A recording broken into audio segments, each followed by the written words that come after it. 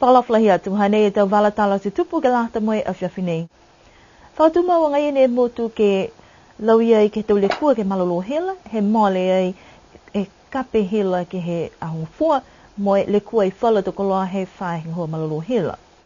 Liu whakahoko e whakatutalanga hangau ia ke tau puipuianga he tau latmatala he tau tangata takitaha. Ke taha whanuanga ne whakahoko ai ke he ahunei. Tupu he whae whenonga e vaewa e tau hata kianga ke mailonga he tau tangata, kua malona i whalo tau halatahi ke tau aho kuku ka moale ni kua lauie motu ke he tau matangi malolo, wai lokalahi fuke tahi. Kua whiwhile New Zealandi a Valerie Adams koe taha tangata ke whakahoahoa e tau whewa sipote ke he Auto Pasifika, mai amana ke ia ke hoko mai kini we ke mahina ha apelila. Whakatunga wanga ia e tau le kua ke he malolo hila, ne kua lauia e motu he mole a te hangofua, ne kape e hila, moe malona i whala tau koloa me tau kawe hila ne kua whakawhanua e malolo hila ke motu. Ko e ahui niawhi ne tāmase e malolo hila ke whalu mta kawe alofi, kai lali e whae malolo hila ke whakawhoa e taha kawe hila, ke he wahaloto he wharinga hua Public Works, moe whali kai ha alina. Nā kai la maupopo mtaki e mtanga hoia moe kua tuku hake fuki he whahinga hua, leo leo e taha pā pui pui, ke tau whita tangata ke nā kai hoko atu, ha koe tau kawe hela nei, kua whakamaui moe nā kai manako ke pā kia ha tangata. Koe mga hoa a whiawhi foki ne tā māstia e malolo hila, ke he whahi toke lau he motu, kai ngā hua lo tōru ke he taha matanga hua ke whakamaumau whalo te le kua ke taha puha hila transformer i Halaika. Mātu tāki atu e tau ngā hua lo tōru ke mga aho ni kua pōuri ai, mai ke liu whakapuha hila ke whaita ke lau he mole mtahala fitu he pō. Haha e fōki e tau le kua ke tau whakaruanga ke tau telefoni uta whāno ke whahi to ke lau he motu, ha kua lau he mga aho he masi whakaofo e malolo hila. Lawe lau he tau tangata ngā hua, ke lali ke liwaki e te malolo hila ke tuanga ni kumitaki. Si haha e fōki e taha whanuanga lo tōru ni whakahoko ai ke he au niawhi, moe tau huku i mai he tau whanu tak maanga, ke lali ke whakamama atu ke lo tōru, mua atu ke tau mita hila fōu, ne kua amana ki ke tuku ai ke tau kaina takitaha. Koe taha puhala fōki hanei halo tōru ke matuta ki ai moe tau tangata, ke maame lo tōru e tau kakano, moe tau whaluanga ne kua manako ai, ke tau se, ke nā kai whai tangata ka whakaua fōki ta manatu ke tau hiki anga nei. Kua whai whakatakanga whahinga hua, ke uatu moe whakatutālai moe tau tangata, ke he maanga, he tau maanga, he tau ahui mua, he tau awhiawhi aho ua, aho tuloto, moe aho tapu. Tō kamātai ke awhiawhi aho tapu ni hau, moe maanga kuliku. Haha ia e tau whakatutalanga ni ku whakahoko ai ke hau nei ke whai ono nuanga ke he tau tonu hia he tau tangata, ke puipui e tau loto matala halo tolu. Toko ue pulotu ni ku hahoko mai himdakau World Intellectual Property Organization, ni ku hahoko mai pawaki, ke laumatai ke whakamaama, whakalaula he tau puipuianga he tau koloa mahuinga, mo e tau loto matala he tau tangata he motu. Koe halaua a whenonga mai ke he motu,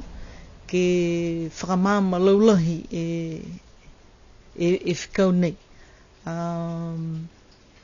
Ke ua aki, ke tohia ai taha whakaweanga ngā hua, ke mai ke whakatuwhono, ke tausi taha lakanga, ki mua hako whitani he mga honei, he matutaki atu aniwe ke he matakaulahi ne le weki ke tau whanganga hua bine ne whakaingoa i koe Waipo. Si pia whoki ke he taha whakaweanga koe Berne Convention, ne kua whitai whakamori whoki aniwe ki ai koe convention ia, ke maike ke puipui e tau tuwhunga he tangata, nā kai ni iniwe nei kai maike ki whawhawhoki. Manako lahi ke maupopo mawhisi e whakatokatokanga ngā hua nei halaua ne kua tālanga ki ai. Koe ono atu ke he ono mahina i mua, kua whai whakatokatokanga hua tu ai ke ngā hua ki ai e whahinga hua nei, kai mua atu whoki ke he whahinga hua koe whahinga hua whakalaulahi, ne ngā hua ki ai Frank Shoni Hall, si pihia whoki mo e ofisa he loia. Ne hoko atu e takalong he tau tangata ni kua mahifia i ke he whasianga he tau lolongo, po ke tohia he tau tala tū whakaholo, pia molo tōru ni kua kamata fōwe halo tō da bisnisi, ni kua hāki he tau whakatutalanga. Kai ke koe tau koloa kua mahuinga ke he tangata toko taha mga whaua maanga poi mutu, ko lata e tau ko lausia he pui pui. Lahi e tau huhu mai e lo toru e tau tangata ne whawhasi e tau lolongo po ke tohi mo e lolongo e tau lolongo. Hakua kisia ai foke e lo toru e tau whakatokatokanga nei, nā kai mumui tua e tolonga ha tau toru ki ai, whakatai pehi nei, ko e tangata mo e hana tau lolongo fōu, ne nā kai la longona hia he ha tangata, po ke nā kai la longona hia po ke whanongonongo ki ai ta,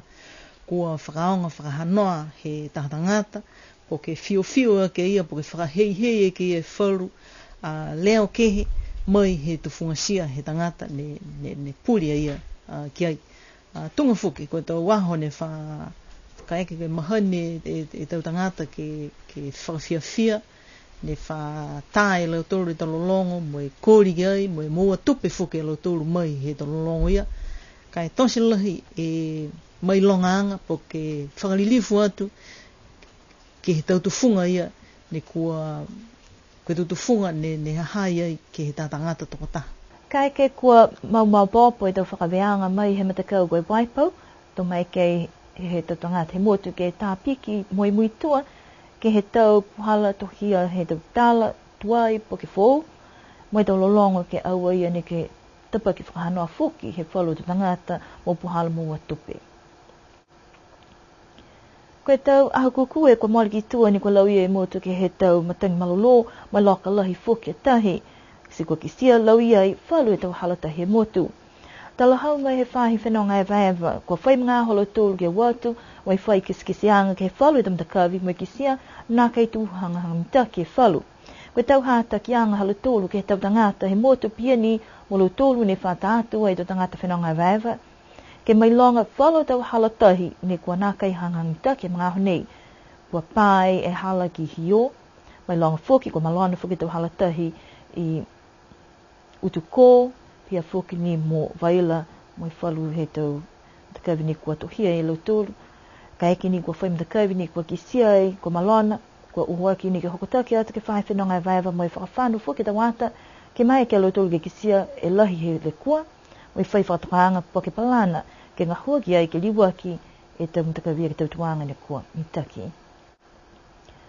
Kua mana ke ai e tahatangata talhaua ke he tau whiwa spote hani silani ke hoko mai ke he motu he mahina ha apelila.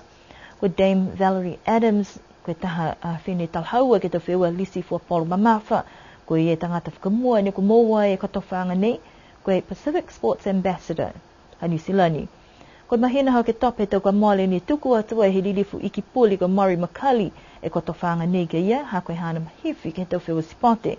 Koe ilolo ulahi tu tangata Valerie Adams, ha koe ia tangata mai Pasifika, koe makaukau, mai moua i fōki ta pini a ulu me sileva, tau whiwa spote he lalulangi. Whia lahi ai fōki ko misina toko lunga hani usilani ko Ross Arjern ke whailoai, e amana ki anga ke hoko mai e whenonga nei hana, mo e ngā hua whakalataha i fōke whai ngā hua hana, mo e whai ngā whakako, ke tau se whakuanga, ke hoko mai lirifu nei, ke whakatutala, mo e whakahohoa e tau whanau he motu, ke whakamalolo ke tau whiwa la whawhau sino, mo e tau whiwa spote. Koe taha wale hana tō ngā hua ke kotowhanga, ke whenonga atua i ke tau motu ke hekehe at Pasifika, ke whakahohoa e tau nau fuata, mo e tau tangata ke whetoko ai fuki ke tau spote he lalulangi. Amana ki aia ia ke hoko mai ki niwe, mai ha ho wha, ke hoko atu ke ha ho fitu, he mahina ha apelila. Whakakatoa toa mahina ia tau wala tau tutupu ke lata i mai whipnei, amana ki ni kimnene pō, pia fōki ni mai oki oki whahatap ni hangau tiki ai, toli liu ke whalewea ke whiawhia haua he whaitap ka hau. Nune pō.